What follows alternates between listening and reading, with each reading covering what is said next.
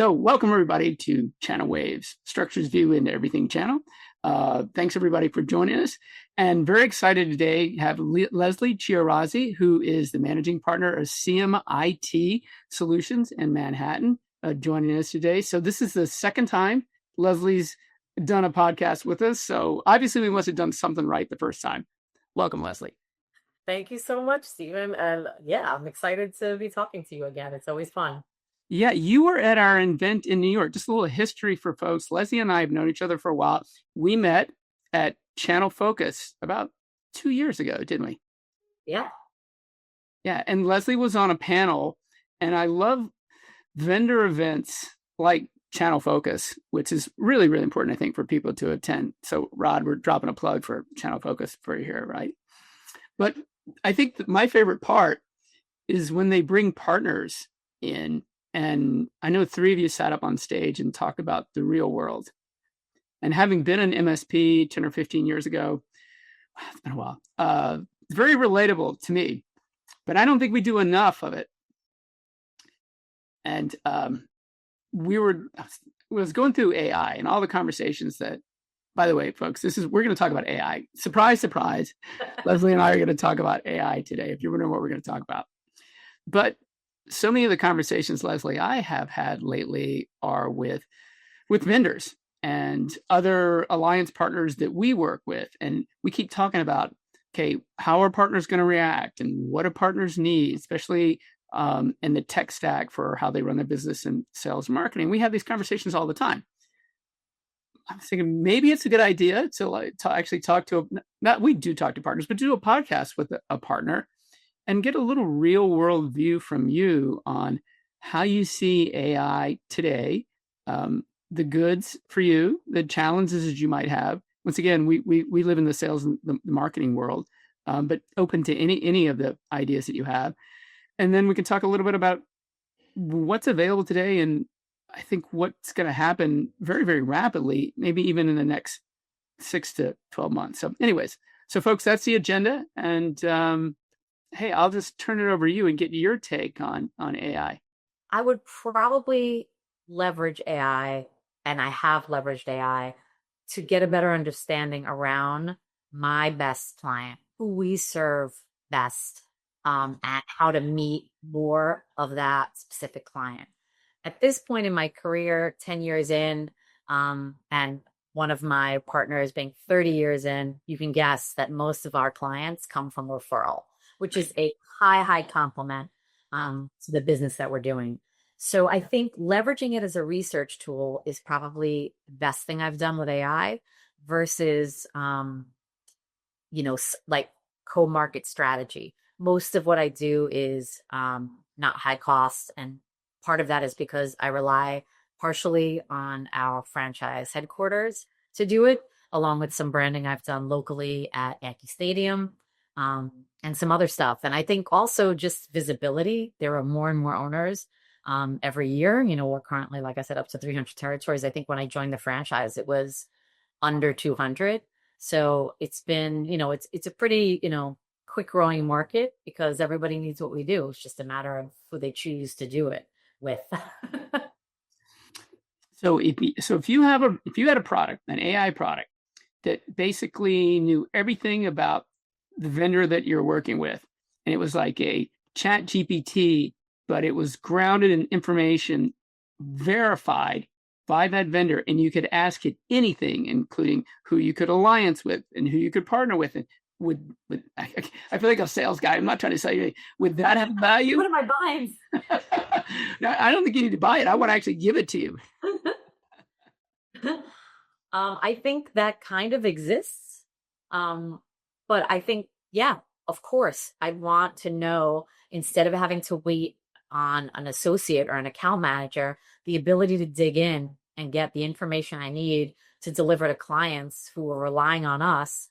Yeah, the faster I could get that and the better I could utilize that vendor, 100%, especially the larger vendors that have so many product lines where and I don't want to mention any one in particular, but sometimes I feel like you need a master's degree in such and such company to understand the strategy, why you use a particular license, even with their comparisons. One of the things that I thought was so smart about Channel Focus as an event, plug to Rod again, besides the fact that they always pick a beautiful venue, cater it, you know, fantastically, and pick a great group of sessions and content to showcase, is the idea that they talk to people like me. Because one of the things I noticed at the last event that I was asked to speak at was marketers that are like in a very high position at a Fortune 500 do not talk to customers. I say this to my franchise too. When they tell me how easy it is to sell something, I go, when was the last time you talked to a client? So I think at a high level, marketers are thinking about the company brand, not how someone like me engages the client around it. So the more interest they take in that, the more ability they will actually really sell to us. Because I know at your last event, which also, by the way, beautifully done. I thought the content was great. I thought the strategy around it was lovely. I think I got to speak to a high level representative of a company I do business with. I lost an interesting piece of business because of something I wasn't educated around. And I found it very interesting that they have this great program to offer managed service providers that I purchased from a distributor, not directly from this vendor. And the distributor had to end up walking me through it, but never educated me around it, didn't bring it to me. I found out about it and asked them. If they were more engaged with partners like me, they would know what we need. They would understand how to be proactive for me, just as I am trying to be proactive around my clients. So I'm going to draw an analogy to what you said and how you started this whole thing about what you use AI for your clients, right? And how you want to interact and could interact with a big vendor like that, and how they could interact better.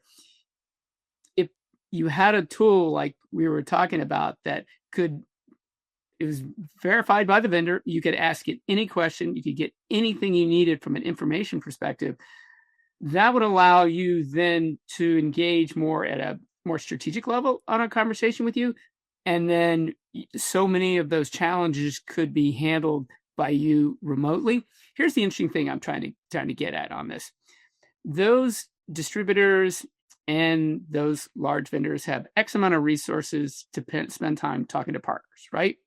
So if more of the problems could be handled, just like you're talking about the problems that could be handled remotely at night, or you could handle more of that, then they could scale it and they could have more strategic, they'd have time for more strategic conversations about how you sell, what the customer is looking for. I'm making it more, and on the human to human level would be there. And then they could use the AI to give you all the resources. But like I even talked to some large partners like SIs. You can look at a big vendor or you can look at SI. They have so many offerings, they can't even remember what they sell. By the way, I need to interject here because I really think that there are two things. So I just put out an article about I'm not solving for this, right? So I get accosted all the time by salespeople for different things. And if it's something I'm solving for and they have the answer, fantastic. If it's not something I'm solving for, or I blown away that, oh my God, I didn't even know I needed to solve this. Great. But what I think there are two, to me, giant things that AI could help us solve for is managed service providers. And again, not to take anybody's job. Okay. Stealth engineering, right? Imagine I could plug in, hey, AI, I have an employer of 20 people in this field. I want to secure them. I want to update them. What hardware should they use? What products? What services? Write this out for me in a quick quote proposal format. And then I go, okay, I love these items. Can you put this in a ticket and order it for me and make sure the margin is at such and such? There are pieces of my business. I am always looking at efficiencies. I am always down for improvement, right? Because I don't know what I don't know. But I know when something's kludgy or messy, or if I'm in the middle of this call with you and somebody needs 4 laptops from me, now I'm I got to look for them. I got to purchase them. I got to send out a quote. I got to put a bid in a ticket. I got to ship it. All of those things I imagine will shortly be taken over like this. That was a problem MSPs are solving for. It's really interesting, right? Because we started out with conversational AI, which is like you're talking back and forth. And then it went to generative AI. I sort of lived in that world. We're in channel marketing, right? You have to create content. You're talking about your home office, creating content, co-branding, all that sort of stuff. And now you're in the agentic side. And the world that we're living in is people saying, okay, I need to run a campaign. Now they're saying, build that campaign. There's no difference. You're saying, I need to produce a quote, produce that quote. And this is where agentic is going to do. And it's getting so good that we're going to be able to build whatever agents we want behind it. And literally the agent, what do you need done? And it's going to take care of all that execution stuff. And then that's going to leave time. I don't think it's going to take people's jobs. What do they say? AI is not going to take your job. Someone who knows AI is going to take your job, right? Right. And you have to elevate it. And then there's a conversation. And I think that allows them to have conversations with you about, okay, we can solve all those executions. Why are they buying? How could they buy more? How else can we pull this? What sort of challenges do you have with reaching that customer and solving their solutions? All very strategic versus education, the execution side. I think that's where, well, actually, I know that's where everything's heading. Yeah. I mean, and it's moving quickly. I think, again, it's back to how do I leverage this in a way that makes sense for me and that takes away some part of my, everyday job responsibilities, that because I know exactly where my strengths are, I want to be able to spend time there. And in order to spend time there, I have to get rid of these other functions that I may not want to give away specifically to an employee who I want to be doing a technical job, but I also may not want to hire an admin. I mean, I would say the offshore employment market is, a little bit pained by this, along with like my last kind of level 1 hire, I would say, is also, this is going to be a difficult time, as I know I have two college age daughters who, will have more of a struggle entering the market of a hands-off kind of business because of what's going to be able to be taken over. Yeah, I think that's a great place to wrap it up. And I think it's in terms of, where that next generation or where everything is heading, right?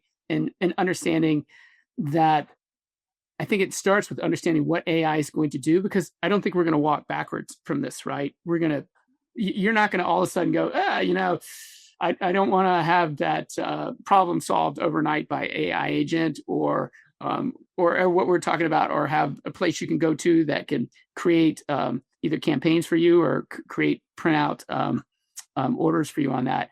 So I think it's going to be, how do we keep staying strategic and have those conversations? And I think people are going to have to stay really good at people to people skills. I think that's what we're going to have to talk about. And you live in a world where AI can solve these problems, but I don't think any of your customers are buying from AI. They're buying from you from a relationship, right? From a strategic level, right? I don't think that's going to change. 100%. That's why we have the conversation around how is AI helping me in sales. It might define who my right customer is. And like, I would love to have, have at it, go through my, the applications that we utilize and say, who is the least noisy, who is the most profitable, but they're not going to choose who trusts you the most. Who do you have the longest standing personal relationship with? Who likes the same teams you like, right? Those are part of the conversation in sales, right? It's like people buy from people still.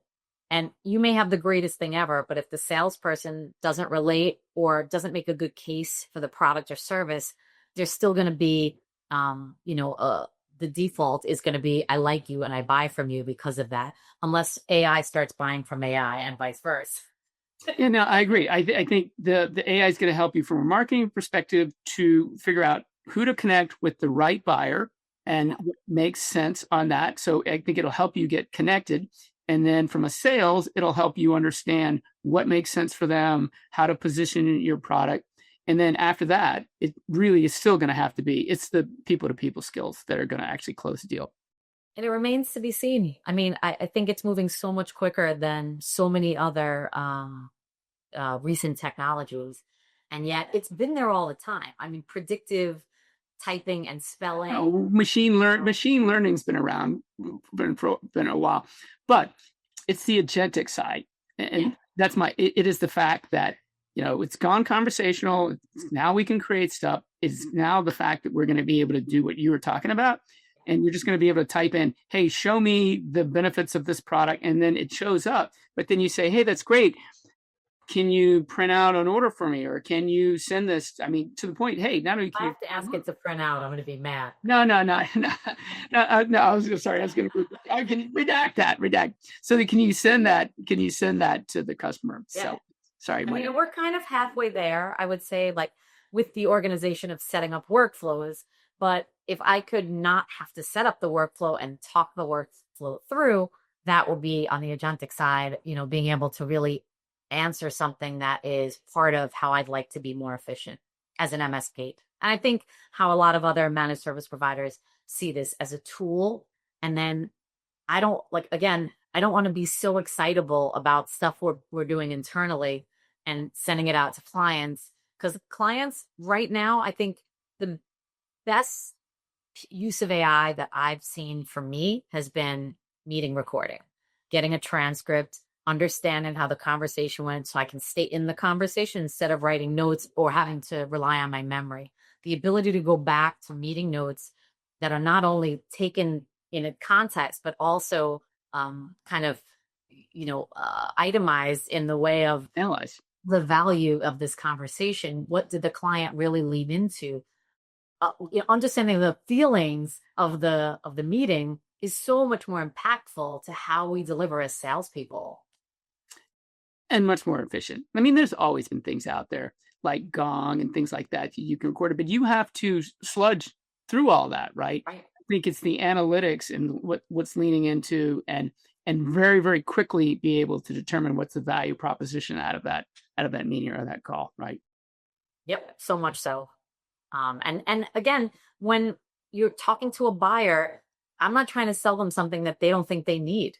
And if I need to push that, then I'm in the wrong business, so it's so helpful around that I think that was my favorite first use, was really utilizing for meeting recording, because I'm certainly on a lot of meetings with clients and customers, and that matters, understanding where they're coming from and being able to still engage in the conversation without getting lost in, oh my God, I got to remember this.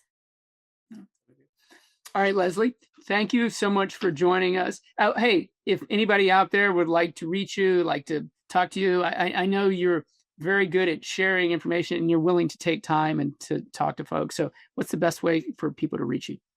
100%. So I am CMIT Solutions of Manhattan, Murray Hill specifically.